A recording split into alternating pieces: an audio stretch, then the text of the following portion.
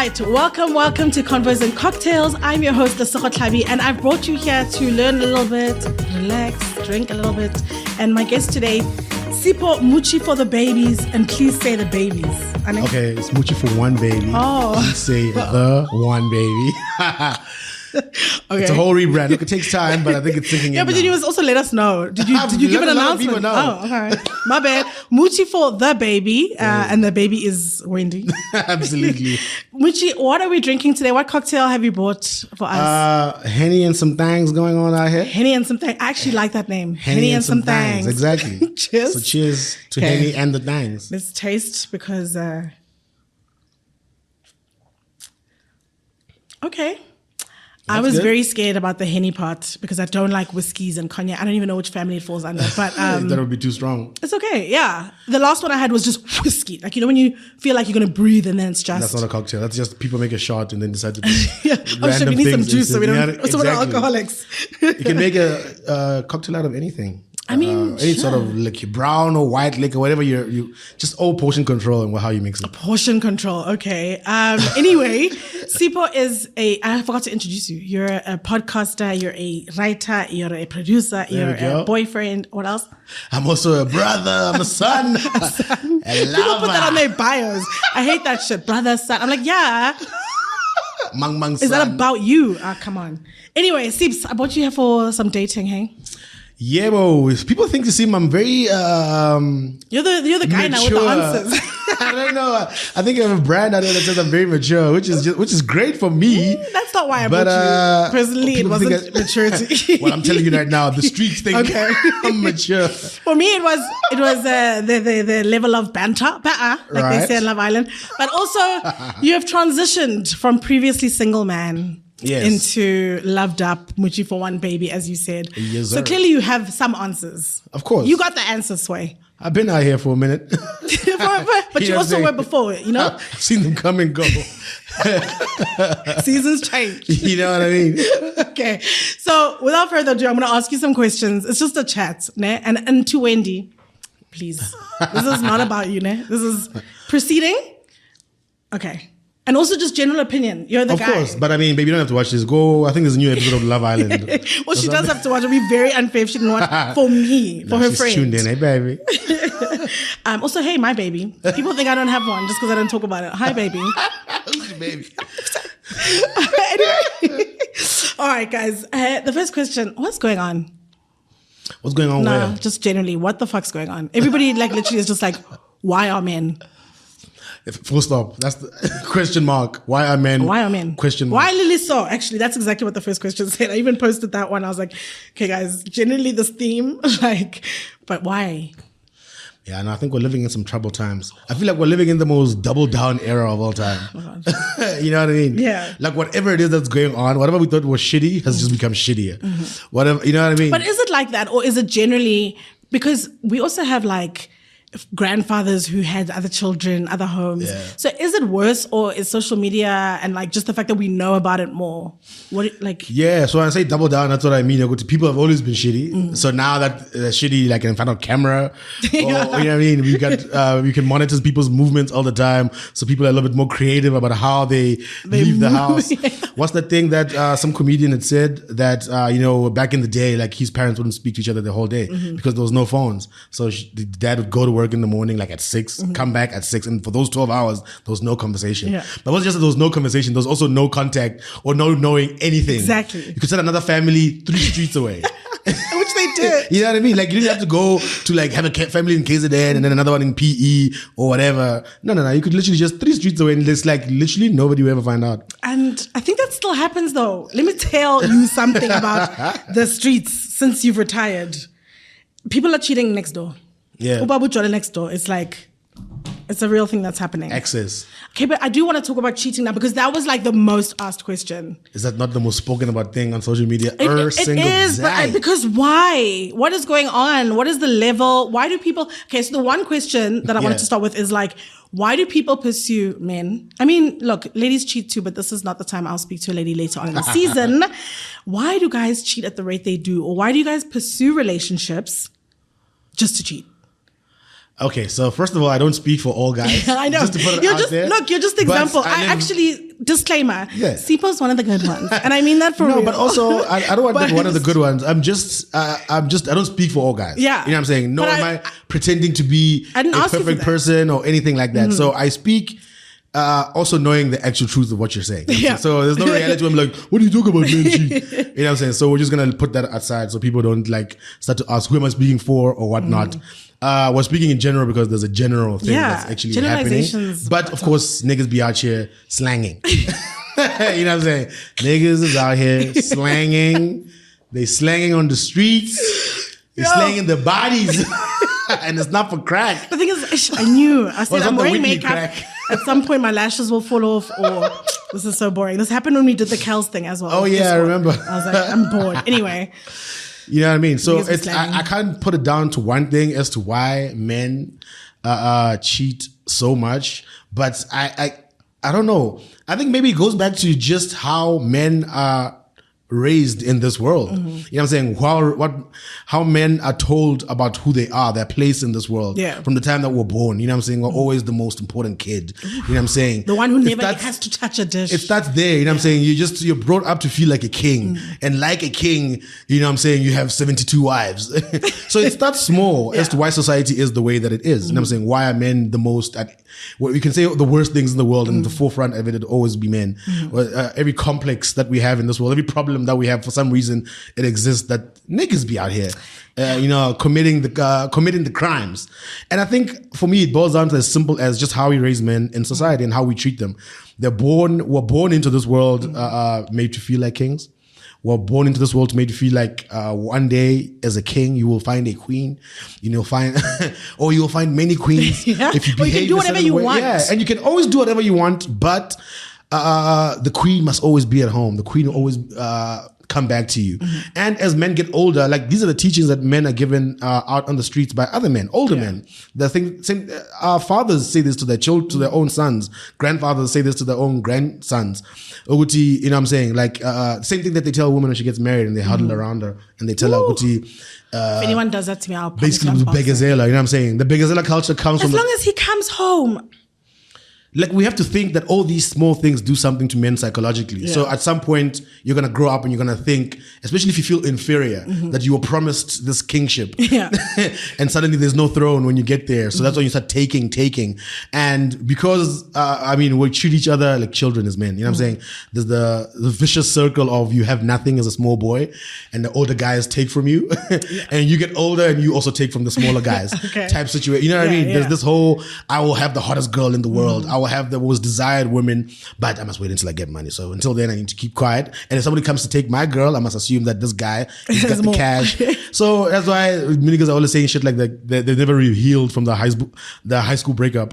Yeah, but they do. I mean? So actually, one of the other questions about this was like, when do men actually get shit? Because they were like, boys are always like hot on the sleeve, like singing love songs and like whatever in Valentine's, high school, maybe primary school actually. Something happens maybe at puberty. I don't know if you guys get a chat. If it happens when there's what is it called? Initiations or whatever it is. I don't want to name specific things because just have the whole march outside the window. But when does the break happen? When niggas stop believing and stop being like all wide-eyed? Yeah, it does happen. Like I said, it starts from birth in general in all its more small ways and problematic ways. And the boy child is always let go and to roam the world and you know what I'm saying? Or a 6-year-old who can roam the earth to see what he wants to go. And like a 16-year-old girl who can barely leave like past the gate. Exactly. 21-year-old, bro. You know what I'm saying? But that itself, actually, just for 1 second, comes from the fact that, men are always telling their sisters, whatever, don't go there, don't do this, don't, fathers are overprotective over their daughters because they know what men are like. You know what I'm saying? They're not protecting, it's not a fear of, it's an actual fear, but not letting her go means she's going to meet men like you outside. Exactly. You know what I'm saying? So now what about the woman this woman next to you who's someone else's daughter?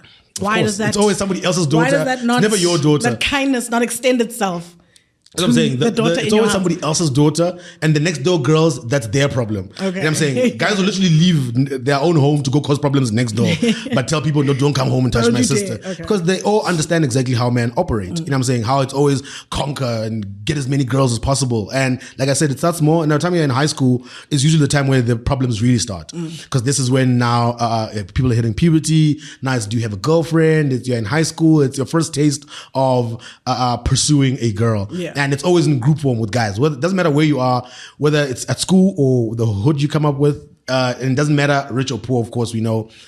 There's going to be guys that come around and just to say, yo, man, it's always somehow, no matter what circle of friends, about girls. At some point, it's like, so who's a virgin? Who's not a virgin? Yeah. Who's going to break the virginity when? Who's not going to break the virginity? You see that girl over there? I bet you can get her. I bet you can talk to you. It starts with, can you get a number? Can you get her this? Can you?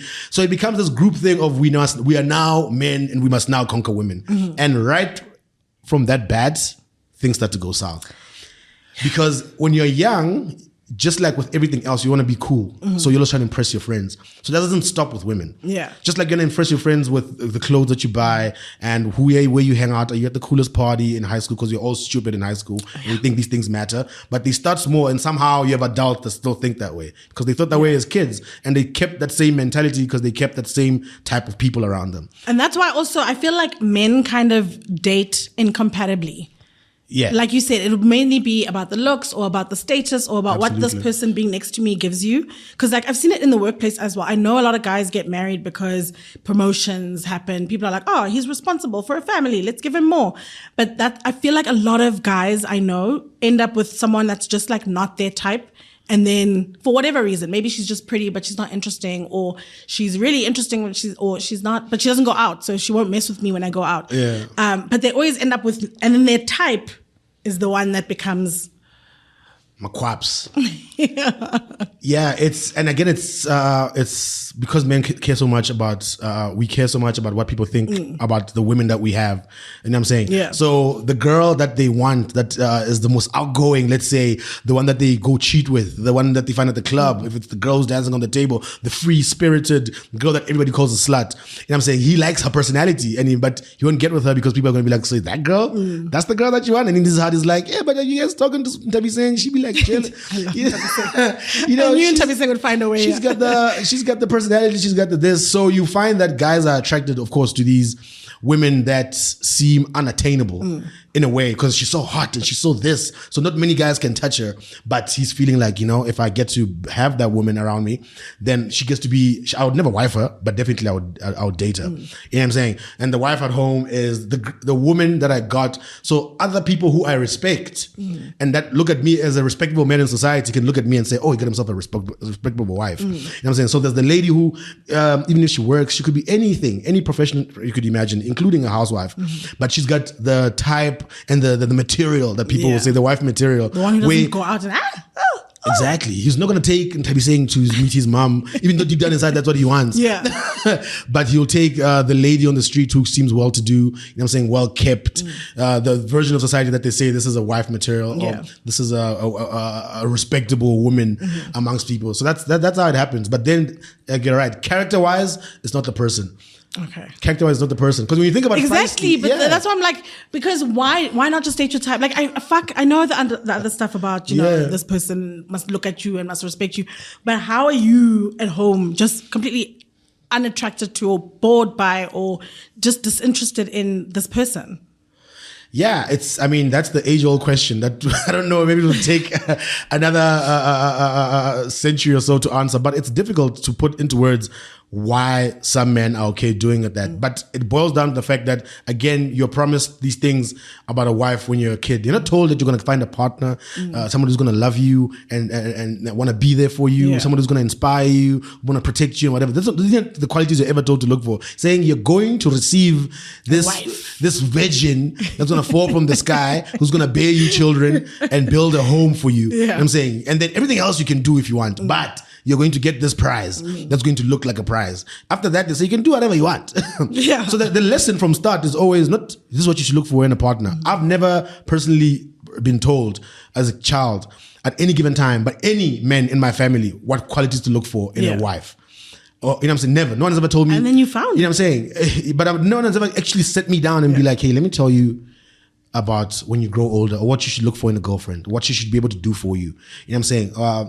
Even as a young kid, no one, not my older brother, and that's not no shots to anybody. Yeah. I love, you know what I'm saying? Good or otherwise in my family, but that's never happened. You know what I'm saying? I can But maybe imagine, that's also a bit of a good thing. it's a bit of a good thing, but it's a sometimes gamble, right? Yeah. Like they gambled with me.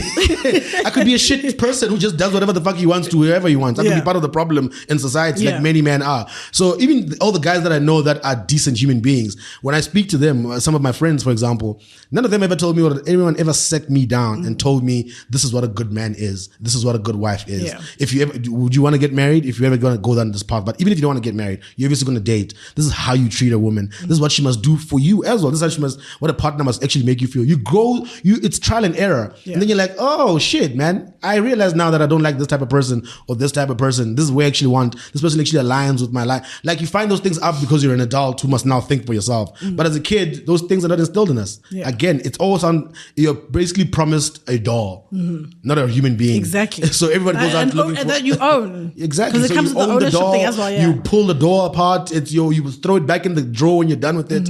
So you're promised this thing. You're never promised a person. Okay. You know what? You're kind of answering a lot of my questions, but you're also dropping gems. I think you are mature. I think it's safe to say.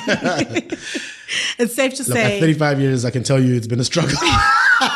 No, right? On both sides. Okay, let's talk like fuck the cheating thing. You know what? It's very personal. I think some people, I think it has to do, you know what? No, I'm losing my brain now. I actually had a topic recently about insecure men.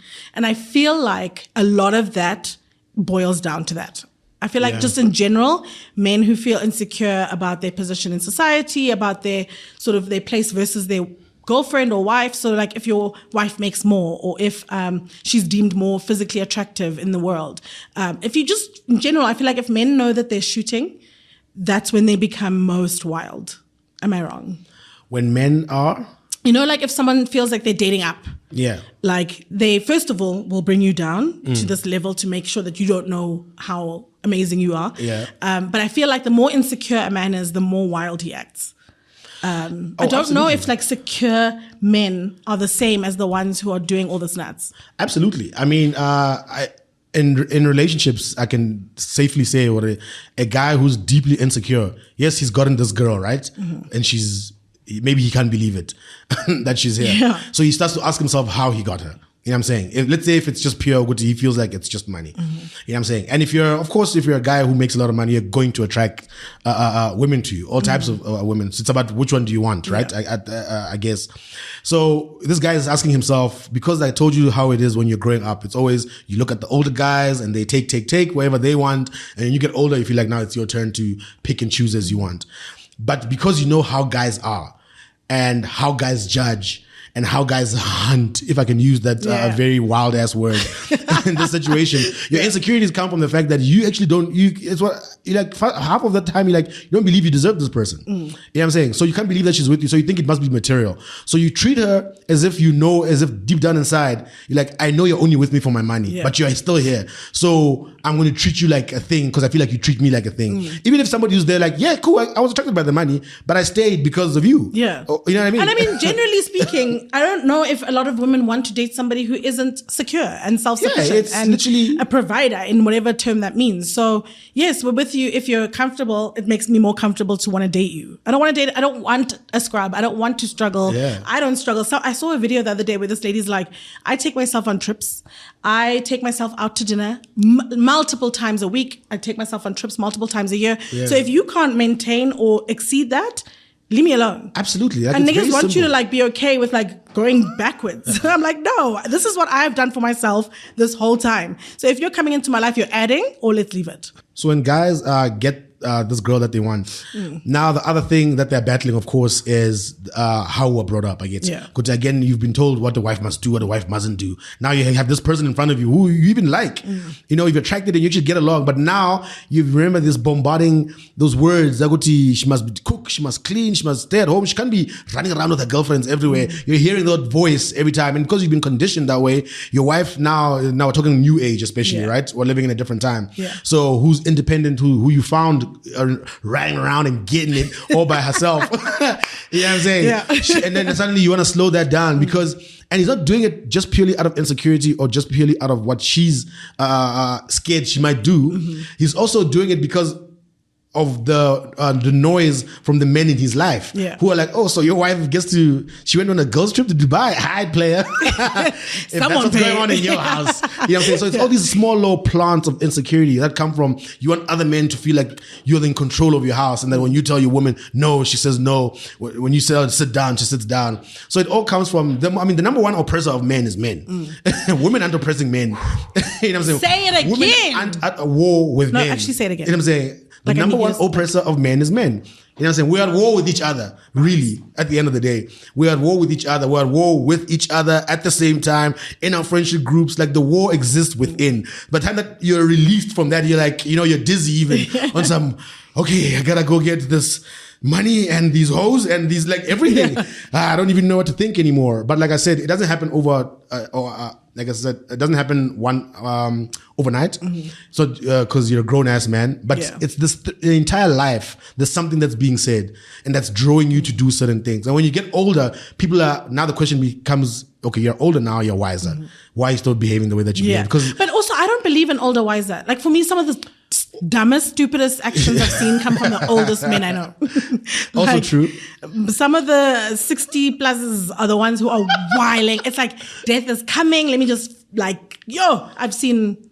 Okay. Yeah. So I don't know if it's like maturity. I feel like you're either mature or you're just that guy or you're not. It's not gonna like suddenly hit you when you're 40 to be like a good guy. Sure. And I guess maturity is not just being able to make that decision. You have to actually know better. Yeah. You know what I'm saying? So it's not just, I made a mature decision today. Like, hey, look at me. You see that? That was, you also know me not cheating yesterday, right? That's some super mature shit. Yeah. So I understand that it all boils down to literally personality and everyone being an individual. But we're in this position because niggas can't let go of each other. Yeah. Literally. Niggas just can't let go of each other at any given time. So it's the simplest thing of when you're a kid and your parents are just telling you, so if your friend jumps over the hill, you're going to jump over as well, and you get in trouble and you just do whatever your friend does or your friend does whatever you do. And it's just like, of course I'm not going to do that. But then sometimes you do and you get over it. I don't even know why I did that. Everybody else was doing it. I felt like I was the stupid one who wasn't doing it. So I did it. And when you get older, it's a little bit more serious than that now. Cause now it's like, this is friends I've been with the entire time. And this is how we roll. This is how everybody else is able to move. Now, what's my level up? Yeah. You know what I'm saying? And when I bring a wife into the circle, even now, there's other dynamics. What kind of wife are you bringing into the circle? Yeah. If your friends, let's say, are dating, if you're in a group of guys who are well-to-do, you know what I'm saying? They're all professionals, all making their own money. A few of them start to get wives here and there. Now, the guys who are staying single start to look left and right. He's also making money, but maybe he can't find somebody as yet. Yeah. When he starts to look at a wife, he's going to look at his friends' situations for some reason first. And this is where people end up in problems. Because of course not everybody does that. But I think where the problems lies is when people behave in those ways. Yeah. Where they look around and they like start to feel insecure. The girl that they really like, they feel like doesn't fit in with the girls in the group. Then they start mistreating women outside. You know what I mean? Yeah. Like it's always something strange happening with niggas that you have to come and take each group at its own, by its own merit and pick it apart and say, oh, okay. I learned a lot today. After a while, you can look at each group of guys and be like, I know why you behave this way. Should you also like, actually speaking of that, because I do hate the guys who move like packs. There's like those guys who like just can't do anything without their friends, have like a boss of there's always, do you think you should like meet the friends and then when you've met the friend, you've met the people? Do you know what I mean? Because I kind of believe that. I feel like, I don't know if I would date a guy whose friends are all like horrible to their wives or cheat every weekend or like, I just feel like, why are you the only one who's the good one in this group? No, I mean, you can definitely judge people by the company they keep because you're supposed to at some point, and that's a part of growing up. Even if you think that you didn't do anything wrong or whatever, you have to look back at your own time, at the times where you were the person who was the problem and your friend stayed with you of that time, or you were the friend that was, or you were the person that had a friend who was a problematic person in the group and you were their friend at the time. There's no point in making excuses because we knew in those groups, because when the boys are together, there's no problems. Yeah. You know what I'm saying? The problem is when people find out. But niggas are chilling at any given time. Whatever everyone is doing, everybody is ignoring, is living their lives, taking it on. It's like, this nigga's not doing anything wrong until somebody tells you, oh, so where were you this time when this person was happening? Exactly. And you're like, well, I think I was there. I heard about. I saw him I was in the bathroom. I was doing like. There's always but you were there. In general, you were there. So and you've been there. Yeah. So there is no excuse outside of everyone must take their own responsibility and take the fact that. At any given time, your friends' actions are gonna reflect poorly on who you are. Going back to what we were saying earlier on, because I think I'm gonna forget. But it was just a tweet that I saw in terms of like friends and circles and how guys move. But somebody was asking, I think it's been going on for a few days now, about when did you know that the relationship was over? There's a tweet that's been going on like that, and people have the various answers to it. Some silly, as you could imagine, on Twitter. But one particular guy said.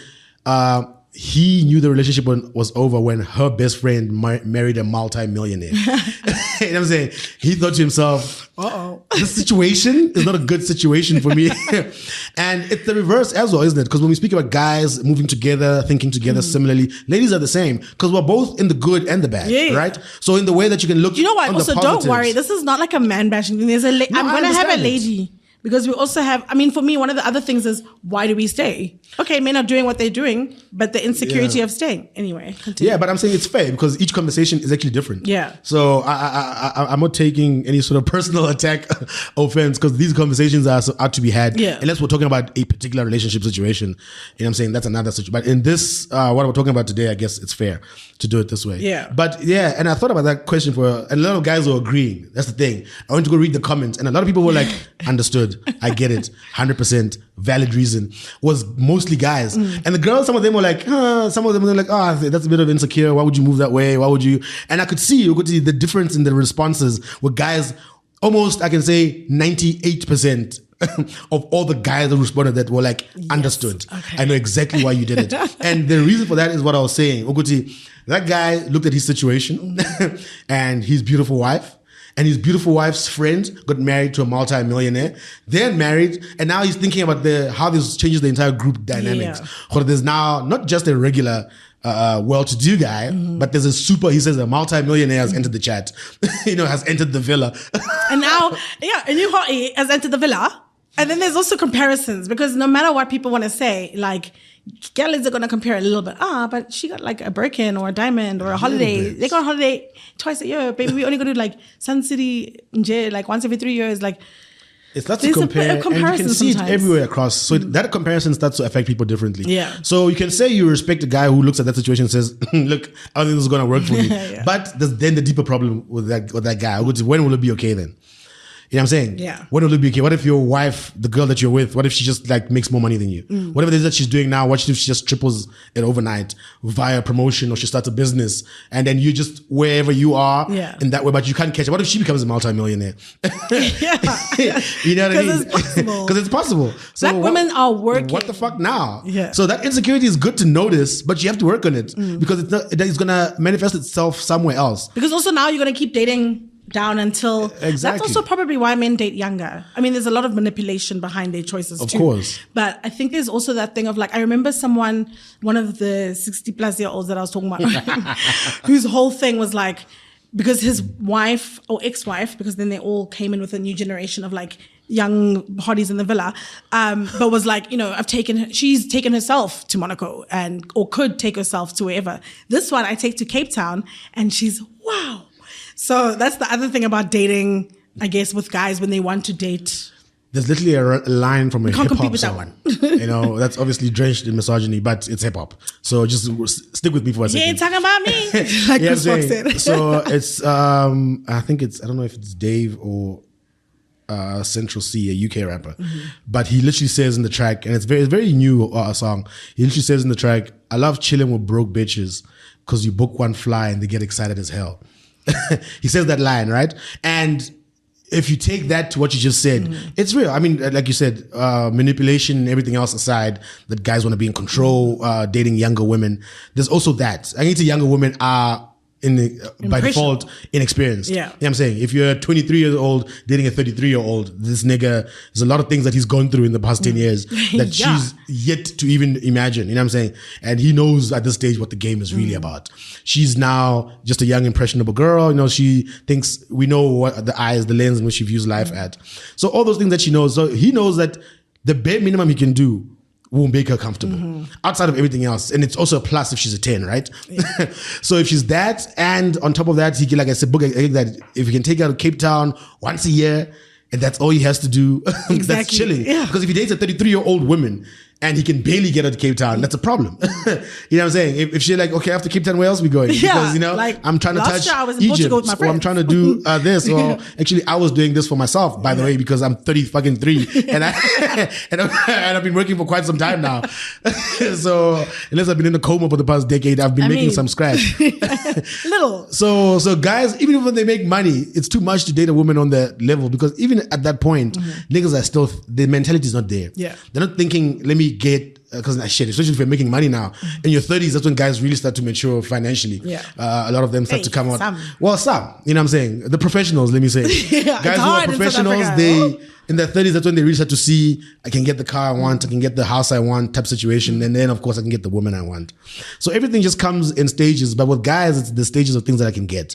I get the money, I get to make the decisions. You know what I mean? And I'm making that as a generalization, but it's a thing that a lot of men have. And it varies in terms of like how severe that thing is. It can be an insecure that you feel, you're like, man, I need to do better for my baby though. You know what I mean? Like, we can't be living like this, you know? The other girls are, she's working, I gotta do something. There's that honest conversation where you can look a girl in your eye and be like, baby, don't worry, I'm gonna get it to us. You know what I'm saying? And then there's that, bitch better stay. I'm gonna actually getting the money. Then that's when the niggas things get problematic. You know what I'm saying? Where you feel like, especially when he doesn't have money, he's already insecure. Yeah. And then he starts to get a little bit of money and then goes back into be saying, dates her again for whatever reason. Just so he can show how good to that. Now, actually, I'll switch my phone off. You know what I'm saying? You're still gonna be here. I got money. You don't. Now I'm gonna go get another girlfriend and I'm gonna rub it in your face. I'm gonna do this. Like, niggas are doing all this. It's not a chip off your shoulder. It's this deeply insecure, deep feeling of feeling inadequate that manifests itself in sometimes verbal abuse, physical abuse, financial abuse, neglect, whatever thing that you want to say, cheating, which I guess is emotional abuse. It's emotional abuse, yeah. Yeah, you know what I'm saying? Yeah. So it manifests itself in all types of different ways, depending on how severe it is for each nigga. And that depends on their circle. And the older you get, if this nigga is a raging lunatic and everybody around, that means all his friends are raging lunatics. Yeah. That's my thing. Like, I'm like, I don't care. Like, if this person is like, hey man, this guy can't be stopped. Then who does he chill with? Who are these people? And they're letting him do this. You find out maybe they're broke and he keeps them quiet with money as well. Exactly. Because the ice boy syndrome is a big thing. I'm definitely not going to go into that today, but it's a big thing. Remember, it all continues over on the socials at @lesokho_tlhabi. Now let's get back into convos and cocktails. Okay, let's just talk now about, we've covered cheating. Girls, sorry if it's happening to you. Also, now we leave. We'll have a Leave podcast coming soon. Leave, get out. Oh, I can't afford that song. Anyway, let's just talk about dating. Yeah. Dating 101. Obviously, like we said, you have just hit 2 years. Yeah. Cheers. Clink, but clink, clink. before that, we were on the streets. Like, I just mean you were single. However you want to take that, you want to take that. The streets is a metaphor. It's cold and dangerous. The streets suck. Anyway, what was your kind of like method in moving? Because I think a lot of women, especially in their 30s, are like, where to meet a single, eligible, nice man? It's very tricky to answer because then it starts with age group. So let's talk our age group because we're in your 30s, let's say 30 to 39. Yeah. So people who are trying to date seriously actually find like people. We're now in the okay, some people are married in our group or we're looking for stable relationships. Yeah. But maybe still on first marriage vibes. Yeah, it is definitely very tricky, but I don't know how to apply this principle. For example, there's an old colleague of mine, a white lady that I used to work with. And I remember we're actually having a similar conversation one time back in my employment days.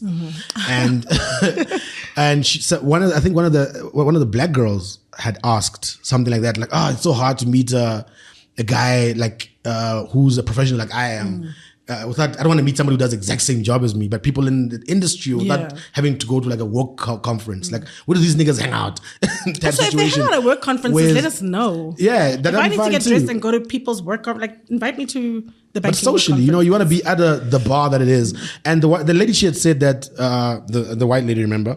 So she was saying to her that she grew up in a system where they get told exactly where to go to find the type of men that they want. Like as white girls, you know what I'm saying? Or at least wherever she grew up in her society or her neighborhood or whatever circle. And was very simple for them because since they were ready to like get married or whatever, they're like, oh, and they all wanted men like in finance. And they say that for example, like Boy Invest Tech and things like that. And they had relationships with the ladies at those, the receptionists and everything and the PAs. And they would ask them where the men go to have drinks and where they chill socially on the weekend. And they just went to those places. It's like, that's how they used to do it. And I was like, that's one basic way to think about it. And I'm saying, and she's like, that's how we did it. They tell us, oh, it's like every single one of my friends, we all married. It's like her and her 3 best friends, if I remember something, were all married to guys who were in finance. 2 of them from the same company. It's like me and my girl best friend met our husbands like 3 months apart. When we started going to these bars that they were telling us, like, and when we were dedicated to going, we'd find them. So whether you're looking for bankers, where do doctors hang out, or where do guys who spend their money wisely, or not wisely, but amongst people, amongst their peers, hang out is the easiest way to, I guess, to try and do it sometimes. But then there's also that thing where like black women don't get to do that without being called some kind of gold digger or some kind of like white women. You know, there was a time I went to the gold diggers and it's babes, and it's fine because like Jesus. But I went on a holiday once and we were in Mauritius actually, and we met the CEO of like my sister's company where she works. She's an investment banker, and then was like with the CEO of where my mom worked at the time, and they were on holiday with each other's families because their son was married to their daughter, and I was like, they keep it here, and they're very strategic about who they date and who they will not date. But the minute a black woman does that, it's like gold digger, sugar baby. What do they call the sugar dads now? I don't know what they're blessers. Oh, blessers, yeah. Blesser culture, whatever. It's like we don't get to just have and like finer things or prefer who we date or be discerning about not wanting to suffer without being called gold diggers. By the very men who don't even have copper, just by the way. I think one of the reasons why is because white girls are spoiled for choice. All their white men are pretty much doing all right for themselves. So they don't have to fight over it. You know, or call each other names. You know what I'm saying? If you think about it, like a lot of white women, especially if you have a certain place in society, I'm not saying all white people are rich, but if you're from a certain place in society, you're pretty much going to stay there. You know, you're always going to level up. You know what I'm saying? So they're sitting there, they're thinking, we're all looking for basically a certain type of guy. So it's just want to be like, oh, I like guys in finance, or I like guys who are creatives or whatever. They know that this guy's definitely going to have a good job. He's definitely going to be earning well. I have a good job. I don't have to worry about money. They're default gold diggers. So they don't have to call them gold diggers. You know what I'm saying? But as black people, where we come from, because a lot of us come from nothing. So and a lot of people want to keep you there. And we never kind of leave poverty. You know what I'm saying? We leave those who make it out. You know what I'm saying? Get out the hood. Always one bad decision from going back. Absolutely. But we never really leave it because not all of us leave at the same time. You know what I'm saying? So you may leave, but your cousins are still there. You may leave, but your friends are still there. You may leave, but you know what I'm saying? The reality is that you're always tethered to poverty, one way or another. And it's hard for us to. So because of that, we're constantly reminded to be grounded, to be this, to be in touch with our roots and whatever. These are things that you use because we're from generational poverty. You know what I'm saying? Ubuntu, you know, take care of your neighbor because you know what's going on. It's not a bad thing because we've learned to survive together because of how, because of our history. That ain't nobody gonna get out if I can't get out. When somebody tries to scurry, crabs in a bucket, bro. It's come back and now it's when Tabo makes it out the hood and he becomes this actual scientist who makes so much money. The prize, you know what I'm saying? The pride of Soshanguve, where he just came from in his street. It becomes one of those things now. He's the most sought after guy. And then who will his wife be? Who will the girls that are going to chase him be? So going to meet people is very difficult because you can, as a black woman, actually you can meet a rich guy anyway. You know what I'm saying? You literally. So I can't tell you just go to the tennis club or just go to this place or just because you can meet that nigga anyway. He'll also be at Conca. He'll also be at the pub with all the. But he'll never be as overseas. You know what I'm saying? He'll always come. He'll never leave. You'll find him at the pub in the hood. The guy that's making millions. He has to go back there because he also has to show them. So where are you gonna find this nigga is a very difficult question for the ladies. I think But I think your first that lady's advice, Mariki, whatever it's you the one. I think that's the thing. Like be where proactive. You know 24 Central has a lot of after work drinkers. Just Sandton in general. Go to where the banks are all in one place. The advertising agencies are all around one place. I think just Be discerning. I promise you. As PAs, great people to know. Executive PAs, great receptionists, front of house. Those are great people to know because they know everything about everything and what everyone does at any given time. You know what I'm saying? And and they're happy to talk. You know what I'm saying? And they're happy to be let into circles. Yeah. So that's one way. That's where a lot of people get their information and from. also hobbies, hey? Because like you said, tennis, absolutely, golf. I think paddle now. I'm not even sure what other like. I see niggas is out here these days. We paddling. See niggas jumping paddling. on buildings. I say, okay. Niggas is hiking. Niggas is hobbying. I know niggas who straight from the club. The next day I see him, he's hiking. I say, okay, man. He's tired of this life. He's trying to get out the hood. He'll go out with you to keep his, stature. Absolutely. But he's also gonna hike with Mojanti. I love the duality of black people. You see it at work. Okay, so now what about online askies? What about online dating? Have you ever tried online dating? Because like I'm from the trenches of online dating. But what was your experiences like on whatever apps you were on? I was on Tinder, definitely. Not definitely. No, in terms of the online, the app to be on. At the time, anyway. But I was on Tinder. Yeah. Instagram is a dating app, by the way, but we'll get there. Yeah, apparently LinkedIn is a dating app. It is. So that's the other. That's the other place where you can hang out. Find yourself professional ladies. Just type in, pick a name you like, bankers. Kevin Moraka, and see what the fuck comes up. Just throw it on one man. If you're a Zulu man, just go Tabo Mula. Just throw something in the Ndlovu and see who he comes up, and it might surprise you. There's a Tabo Ndlovu in your area, single as hell. And working. Obviously you can see he's employed. You even know his employment record, where he went to school. You get to vet him immediately and just DM him off there. Because the problem with Tinder, I read a stat, and it might be international, not really South African, but it was like 70% or 60% of men on Tinder are not even single. That's the other thing. And I've had one of those experiences, just BT dubs. But what was your experience like? Yeah, so for cheating ass niggas, it's easy. You know what I'm saying? If they want to go on Tinder to just crazy go lie. though, because if I'm swiping and I see your husband, I'm gonna screen grab and send it. Like what? Why are you moving? That's dating in public. Of course. That's like going to like Jameli Konka, whatever, with your side chick and being 100%. And the disrespect, when rise when cheating. People can do it in the most underground, covert ways, and can also just be a Jameli. Yeah. Like people, it's hard to try and pinpoint where niggas respect starts and ends at any given time. But what was I saying now? Online dating. Online dating. So yeah, I tried Tinder. Mm-hmm. And I didn't have much luck with Tinder with finding a suitable partner personally. Mm-hmm. Did you go on dates though? Here's my thing about it, right? I left Tinder because at the time that I was on Tinder, 2017, 2018, I remember. Be very sure of your dates. Like we said. No, I'm very sure. 2021, 22. 2017, 2018, when I got onto Tinder. And I was trying to find out what's what. I realized that we use Tinder differently. First of all, so I'm on there trying to find somebody. You know what I'm saying? I didn't know what I was actually looking for, but I knew I wanted somebody nice to meet, and the usual chit chat and let's meet up for drinks. Or we obviously swiped for each other, so there's something gone here, an attraction. Let's see what's up with it. A friend of mine, or a few friends of mine from overseas that used to come back and forth to South Africa, and when they used Tinder, it was very aggressive.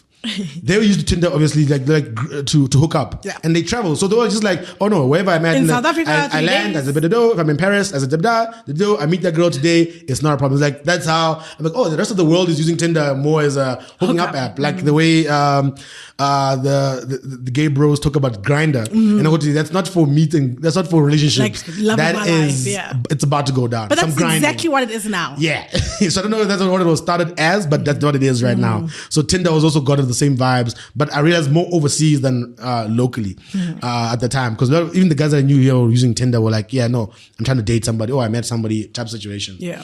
I didn't have much luck on it, but also I'm not a dating app guy. I tried it. What is a dating app? No, because I find it weird. Yeah. So I was never that person that would ever go into online dating app. So it took me a while to try and get Tinder to make a profile. But the point about how I had a terrible time. Tell me about yourself. Is that 2017, 2018, locally, at the time also. You were famous. Me and my, yes. Are you? So I'd become very popular. So I kept meeting people that were fans. That's a thing, guys. That's a thing. Yeah. I kept meeting people that were fans. And I hated it. Yeah. I hated it. I can't tell you how much I hated it. Because it was like, You know what I mean? Like, come on, man. Like, that's no way to start a conversation. I actually went on a date like last year or 2 years ago.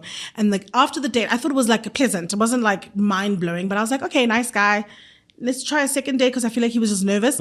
Afterwards, he was like, I don't really want to go on a second date. I just wanted to see what it was like to go on a date with Coconut Kells. I respect him. At least he made you make sure. No, respect. Tell me before that. That's fucking crazy. Because that's you went out on the date, crazy. at least he didn't like be creepy. Like, that I just really like you. That's very creepy. It's creepy, but it's like creepy with I got out of my house. Like, you know how long it takes me to look? You tell him, he'll be like, oh, so you First of all, we spoke for like a week before.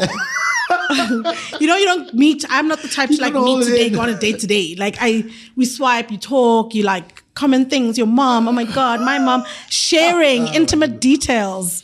But when you met him, was he attractive? Yeah, he was cute. I wasn't like blown away. Like I said, it was like, okay, nice guy. And even with the profile, it was more, he seemed like a nice person. Right. But he was cute. Nothing, but right. Just so if he hadn't said that weird ass shit, I was prepared to go to a second date. I was like, going to see the how first shit. date wasn't amazing because it seemed like he was shy, but he was speaking like really interesting things. We had like conversations about like politics to comedy to shared humor, interest. It was pleasant, right? But it just pleasant. But I was like, okay, I don't think I want to judge off a first date because it wasn't horrible or bad. Yeah. So I was like, okay, cool, And he was like, well. To be fair, for me, this was kind of like a bucket list, or like not bucket list, but like I just wanted to see. I just wanted to see if Coconut Kells was like if it's a catfish. Like there's no way it's Coconut Kells, right? That day I was like, okay, cool. Thanks. You shouldn't have said that. That's so strange. That's so fucking weird. Because also, even if it was just that, like, it's not. It's weird. Unless he's a super fan, then he'd be like, but obviously he's just like a guy who knows that you're famous and maybe likes your work. Not like some. I wanted to see what you were like in real life, to see if you were like the character. That's kind of like what he was saying. Then he's gonna like link up with you and you just like tell him how's it, guys? And be like weird on a date. That's so strange. Fuck you, actually. So yeah, but yeah, that was weird. But then I got off Tinder very quickly, so that was my immediate experience of it. And I got it on because I actually started dating somebody in 2018, and so that's when then I deleted it. And so I've never you met online. No, we didn't. Okay, so where did you meet this person now? Back then, they had the dating app, Instagram. okay. So they hopped in your DMs or you hopped in theirs? Or it was like? Nah.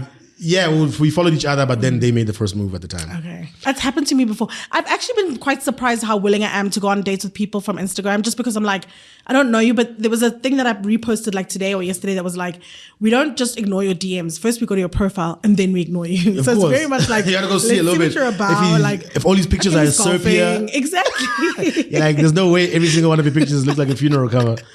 Exactly, like one camera. We're your friends. This is what you're interested in. Oh, he hikes. Okay. I wasn't posting the picture since like 2013. Exactly. So like, I'd like to know what you look like right now. All the time. I can't. You know what? You actually can tell a little bit about somebody's Instagram. You can especially tell when they're not curated. when they're not curated. No, but I think you can, because curated also, you can tell what kind of overly curated people are irritating. What I mean is digital creators and somebody who positions themselves as a digital creator, content creator. So they're always trying to put some foot forward, even if they get it wrong. Yeah. So you can't judge them too much. You can be like, oh, you're a poor content creator, or you need help with your grid type of situation. Versus if it's just a regular person who's not into that accountant, and you go to the profile, you can tell a lot about the person when you get there. Like you said, if it's just a nigga and selfies, even if I get a nigga's profile, I'm like, you joking, right? Yeah. I mean, what do you want me to look at? Or if it's just like horrible things, like, I don't know, pictures of, like, there was this guy who posted pictures of cars, but it wasn't his cars. It was like, like, you know, those guys who are like, my car on the, like, when you're young. Like when I was 7. It felt like he was playing that game. I was like, oh, you're a car dealer. No, you're not like selling and like, what is the point? Like, this dream journal of yours that's online is weird. But let me tell you something about making the first move, right, ladies? I think I would encourage it. You know what I'm saying? I know I would encourage it. I would encourage a lot of you ladies to make the first move against the guy, because you guys do a lot of vetting. Guys don't do vetting. The vetting that guys goes do is like, yo, bro, she's hot. You see? You know what I'm saying? Yeah. Like when you guys post those long stories and the videos where you're talking, even the guy who has a crush will just prick neck. She's talking about relationships today. Like, so you don't even like try to stop to like get to know you as the girl that she likes to, like, oh, let me hear what she's saying. Or she likes to talk about her family a lot. Let me try and get involved with this girl so I can meet her when I start a conversation somewhere. Niggas will just be like, post another hot picture. You know what I'm saying? But our problem will be like, oh my God, how was your trip in 2017 to visit your mom? Oh, no, wait, sorry. to know that. I'm not supposed to know that. So you guys are better at vetting, and niggas will say about a bunch of dumb shit. So you've already in your mind canceled a nigga because he said some shit and you're like, I know exactly where this is going. You know what I'm saying? Small things can give you the ick. Yeah. So it's the smallest things where guys like, why do bitches always? And it's like, well, that's the end of that. Females. Zip.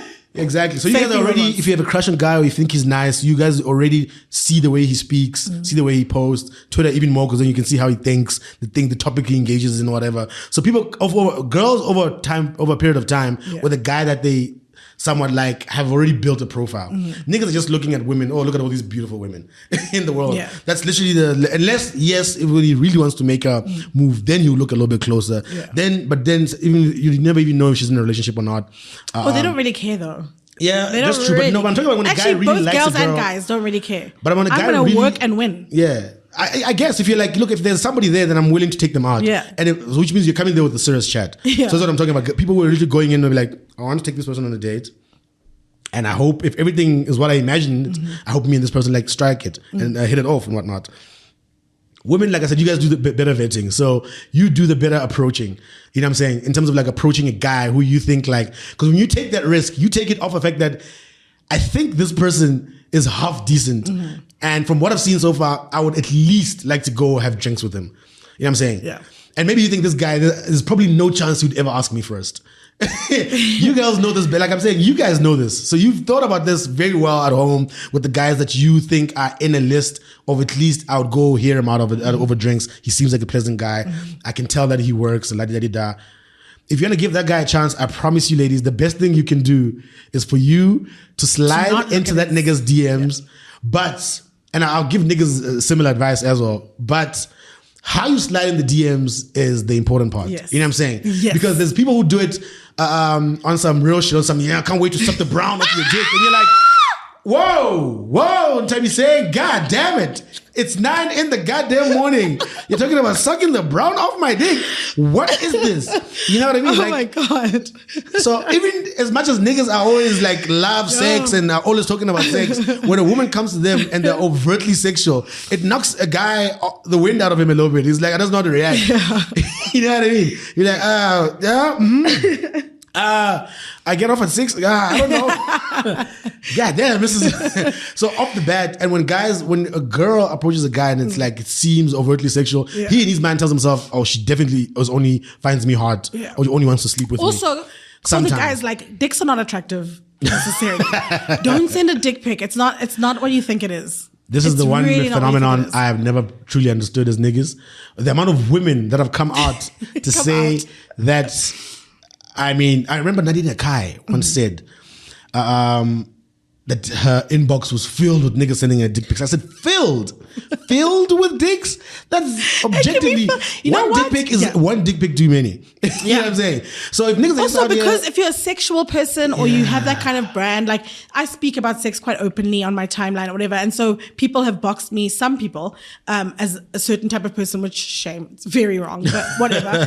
And they'll just send dick pics. Like some of them, it was even one that was like rate my dick or okay. And I was like, this is not attractive. First of all, if you like someone and only if you like them, videos are much better than photos, stills, because this is never going to be what you think. Are you mad, fam? It's never going to be what you think it is. Like, anyway, all right.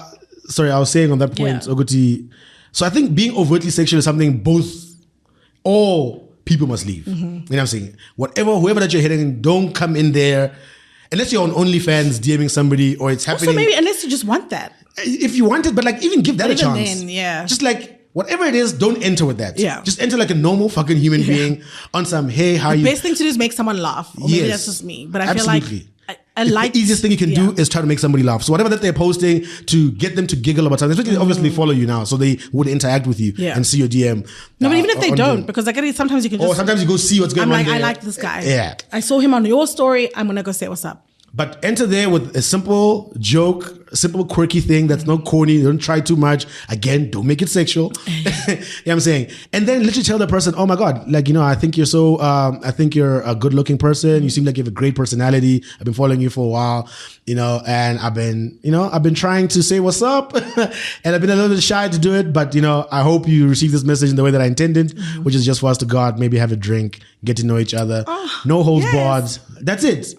Like, how soft is that? You know what I'm saying? Yeah. I would like it if someone chats a bit.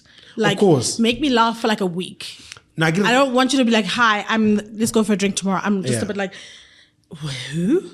Just wait. I need to know you a little bit. Absolutely. But like by a little bit, I literally mean like a week of talking is enough for me to be like, okay, on Saturday, let's go for a drink. Absolutely. And that's easy as well, because it starts with interacting. So if somebody's posting stories that either warrant interaction, or it could be something interesting, you know what I'm saying? Like if you're gonna be smart or some shit, then say some interesting shit about when somebody posts something. Like maybe they could be at a lodge and you're like, oh, I see that you're at Mangaung Lodge there by the thing. That's such a dope place to go. Yeah. You should go check out the River Lake on the other side. A lot of people don't know about it. Like, say some shit. Just Google it and say some shit. Say some shit where it's going to be like, oh shit, I didn't know about that. We're actually going to tomorrow. Like, show some interest about that person's interest. Yeah. Whatever. Just something normal. Listen, for me, online dating has only worked overseas, but it worked. I want to talk about the last thing before you leave. Time is already up. Like time is already kind of fucking for up. Hours, I know, but we have a time limit anyway. Not really, but it's time. The last thing I want to talk about is ghosting versus breakups. Because obviously now we started at the beginning, full circle. Now it's over. Do you prefer? Okay, let's say, when is the time that is okay to ghost until? So I read somewhere, and I think it's very wrong. I don't agree with this. But this psychologist lady was like, up until 9 dates, it's okay to just ghost. Or up until 5 dates, ghost. 9 dates, text. After 9 dates, it should be at least a phone call. But are you like a ghost? Have you ever ghosted anyone? Have you ever been ghosted?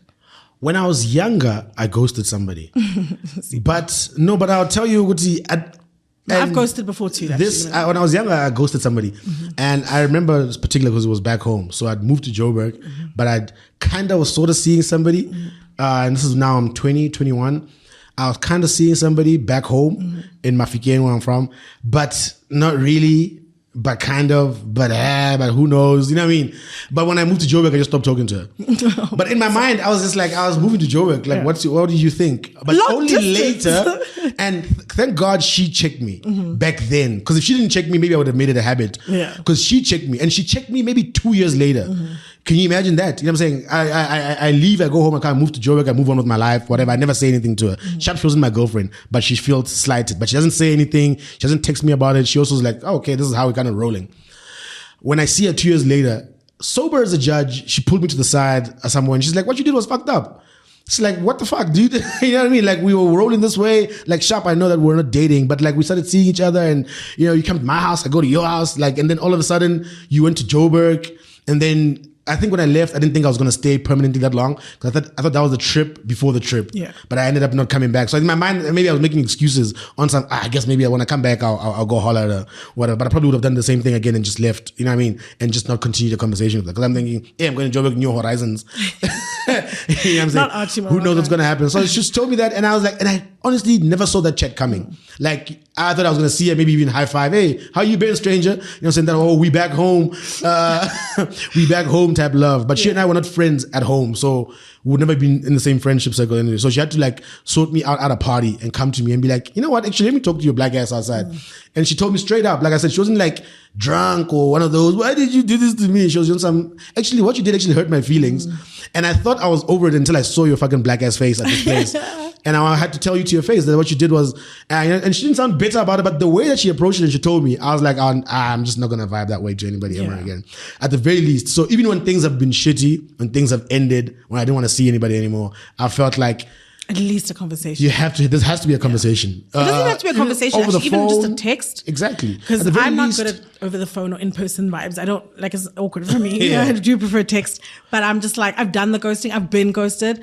It's actually insane to do that to someone. It's horrible. It is, and I guess people take it on what happened. I'm saying. Also, what's wrong with me? Where did I go wrong? There was this lady who said she's been ghosted before, and she fine tooth combs or fine comb tooth whatever, goes through everything day by day. Like, okay, I said this, then I said this, then he said this. So where did I go wrong? Again, okay, where, and just keeps trying to find where she went wrong. And I think we all do that when you just suddenly talking to someone, it's been going well, and then there's a ghost. You definitely like, I must have said something. It must have been the way I looked that day. It must have been absolutely. And with guys, it can be. I guess actually with both, with everybody, it can be the similar type of thing. Because we live in the age of social media, people are constantly stalking each other. So one very new way of that the reason people ghosting that I found is that people start seeing each other. Right? And because we don't fucking know each other, you never know who the people that post are. You know what I'm saying? So when you meet somebody, maybe you go on a couple of dates, and then you're like, oh, sharp, okay. Let's say it's over the weekend. Great seeing you again. We'll chat in the week, or maybe I'll be away, but I'll next weekend I'll be back, and then I'll text you, and then we'll see what's up. And I'm like, all right, cool, sharp. And then you're gonna have, let's say you're going to shoot for a week in Cape Town. I'll touch you when I'm back in a week or two. In that time while you're gone, maybe you're now in Cape Town, you hang out with friends, you post another guy, whatever, and that guy feels bitter. Does she have niggas just lined up? That's the insecurity thing that starts to creep up. Because we live in these times where people play games a lot. It's always online. People are being vague. They always want to seem like they're in with the, you know what I'm saying? Like, especially if you're single, then it's like, look at me. I'm in a place filled with bottles and girls, and look at me. I'm this at the beach. It's like the girls at the beach are my girls. You know, like this. Everyone wants to seem as if even when I'm alone, I'm really alone. It's a choice. You know what I mean? So people always take it to the furthest thing. All this shit we be reading every single day on Twitter, the constant conversations about relationships, all the cheating scandals, every other person's experience, people now apply it to themselves. Yeah. So you become insecure by association, by things that have nothing to do with you. But because you read them every day on social media, like, oh, when she goes, she doesn't want to talk to you for a week, it means that, remember what they said that time? Remember, your brain is doing that already. You're not doing it in real time or consciously, but you're like, this girl thinks I'm stupid. Yeah. She's gonna go to Cape Town, go out and hang out with a bunch of niggas at the bungalow, and like it's supposed to be chilling. You know, and how I can again double insecurity if she's like, oh, I see she's living lavish even. You know what I'm saying? So she's someone flew her out. She got flued. A lot of niggas ghost off of insecurity. Yeah. Because if you're a girl and you're at home and you're thinking to yourself, what? And especially if you and this guy haven't even slept together. If the guy wanted just to sleep with you and like ghost you, that's, I guess, fucking 19 years old again, sharp. But for a lot of more older guys, when they do it with a girl that especially they haven't even slept with or haven't had, and they genuinely liked her, and you guys thought like, well, everything seemed to have gone right. Yeah. Maybe we had fantastic dates even. Me and this person chat a lot after I got some work to do. You need to relax a little bit. Every time it happens like that, a nigga, he started stalking you, and there's something that poked at him. There's something Instead that of poked being at grown. him. More often than not, and because it's new, niggas don't know how to be open. Because now what is he supposed to ask you? Who's the guy? I went 78 slides down. So let's go. It says here 2nd September location. Cape Town, somewhere on the beach, and you're chilling with this guy. You even tagged him. Who the fuck is Manuel? I just like clarity on Manuel. Yeah. So he's now like, you have to be vulnerable. You have to be vulnerable, exactly. And niggas can't be vulnerable. They can't ask. He just started seeing you. You can't ask the guy that he just saw you on the gram. Is that your friend? Exactly. Because then, wait, are you dating more than one? Where am I in the? And because niggas don't know, they end up asking the most insecure way. That's the screenshot that ends up on Twitter. Guys, I went on 2 dates with this nigga. He sees me on thinking with my brothers, and then look at how he talks to me. I don't like girls that are always surrounded by niggas. I'm not gonna call you again. Full stop. You know, niggas act out. They don't even know like his head is hot. He doesn't even know how to express his feelings properly. So everything is a fight. Yeah. You can't just like be like, hey man, let me let you know how I feel about something. It's a little bit awkward for me to say this, but. Jealousy, wada, you know. I need to grab this from you before you go, because you did segue. Why are you guys not doing the work then? Or what does it take for a guy to just, first of all, because I feel like people don't take breaks between relationships, men. But what is it going to take for you guys? Because a lot of questions also had to do with like lacking empathy and like why you treat people you purport to love like this. Yeah. It's different it's not really different, but obviously if it's someone outside their shop. But why is it that it's the people you love the most that you treat like absolute balls? What is the work that is required, and when is it going to be There's definitely work required, and the simple work that is known, of course, to everybody is therapy. Because there's also weaponized therapy now. With Jonah Hill, yeah, when he was now like using therapy against... Niggas are in therapy going... They're just using the words. Oh, gaslighting? Say what? I must use that. Oh, I'm going to say this manipulation. They're just learning the phrases now. Absolutely. The real work that needs to do is needs to be done by niggas with niggas. You know what I'm saying? And it's how we treat each other. Everything just starts there, to be quite honest. It's just niggas need to form better friendships, and they need to form like niggas. There are people who are strapped to situations and they feel like they're stuck there, and those are their people, and nothing else will ever change because you know what wrong is. Everybody has felt it. We know it ourselves as adults now, right? When you're doing something wrong to somebody, if you have any sort of conscience that you can be like, oh, if you see someone doing wrong and you choose to ignore it, you do think about it. You're like, I said nothing, I did nothing, and I feel like I'm just ignore this and it'll go away. I don't want to deal with this thing. It's not my issue. You didn't do that to me. You shouldn't do that to me. You know what I'm saying? We tell ourselves so many things to avoid dealing with the real shit. Because the real shit might mean that you have to let go of some people in your life. And nobody wants to get there. You know what I'm saying? Hard. It's very, hard. very I hard had to let go of a whole group of niggas because people don't want to get to that point. When you start doing the real work and if you actually say, hey, I'm not saying I'm better than anybody. I'm not saying that I'm perfect. With all the shit that I've done, I want today to be the last day. And moving forward, I actually want to do a little bit better and treat people better and have better relationships. That comes with a lot of loss. And a lot of people aren't ready with that. It's not just the pain of dealing with your own traumas, how far back they go. There's that already hard step that you must take, but that's a private one that you speak to somebody. But how you react outside of therapy now, when you have to interact with certain human beings, people are scared of change. Society trying to say, you know what I'm saying? And it just has you by the balls, and literally by the balls. And niggas are sitting there as if they can't walk, they can't do anything. So people are telling you, you're not going anywhere. This is these are your people, this is your family. Family sticks together, friends stick together, people have each other's backs. There's all these military codes going on, and it's just like, what the fuck, man? You know what I'm saying? It usually gets brought up when a man is abusive in some way, or GBV-ish. It's like, that's when the code is really... That's when it's really, hey man, what are you going to do? Everybody just drop me. Yeah, and because you beat up your girlfriend and you're mad. And there's this new narrative that niggas are trying to form where it's like they're the victims. You know what I'm saying? I was about to say that. Oh my God. I spoke about this yesterday. Women are doing this to us, and women lie about everything, about abuse and this. And hey guys, you remember that guy last week? You remember he was acquitted? Or remember that person there, that person? Remember that one girl one time who lied 7 years ago? Exactly. Women be lying over all the stats of GBV.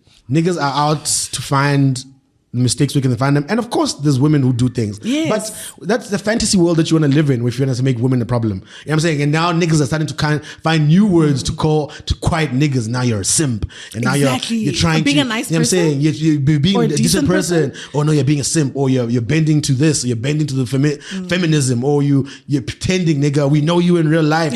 There's all these things, like I said, and now niggas don't know what to do because they're like, maybe I should just shut the fuck up, which is what niggas end up doing. Whatever it is that they do, whatever is happening in society, whatever is like, you know what? Everything that I just told you, I'm just going to shut the fuck up because I know this conversation is going to lead and I don't have the balls to deal with the real shit. There's nothing else to say after that. Mic dropped.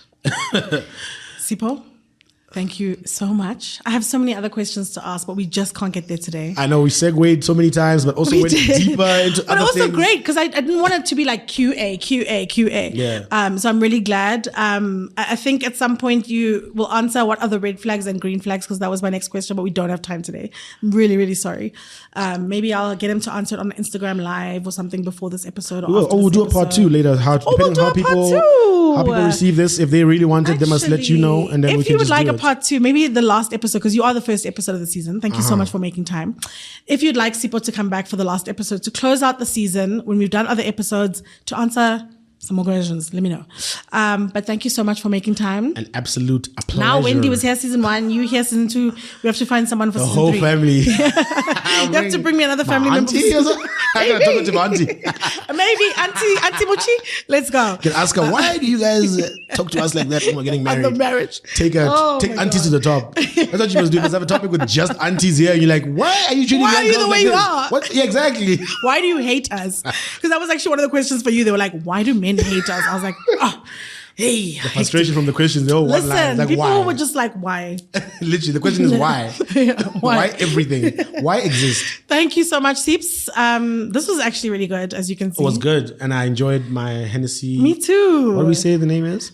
Hennessy and some things. Okay, because I forgot. There we completely. go. Yo, it's been a while. Hennessy and some things. Hennessy and that was some delicious. things. I'm going to find the recipe. It's actually quite nice. But yes, once again, thank you. Thank you guys for tuning in. This has been the first episode of season 2 of Convos and Cocktails. Oh, yeah, it feels like you have something to say. I was ad-libbing in the back. I was like, like, do you want to shout out something? Yeah, thank you so much for coming. And fantastic. chills.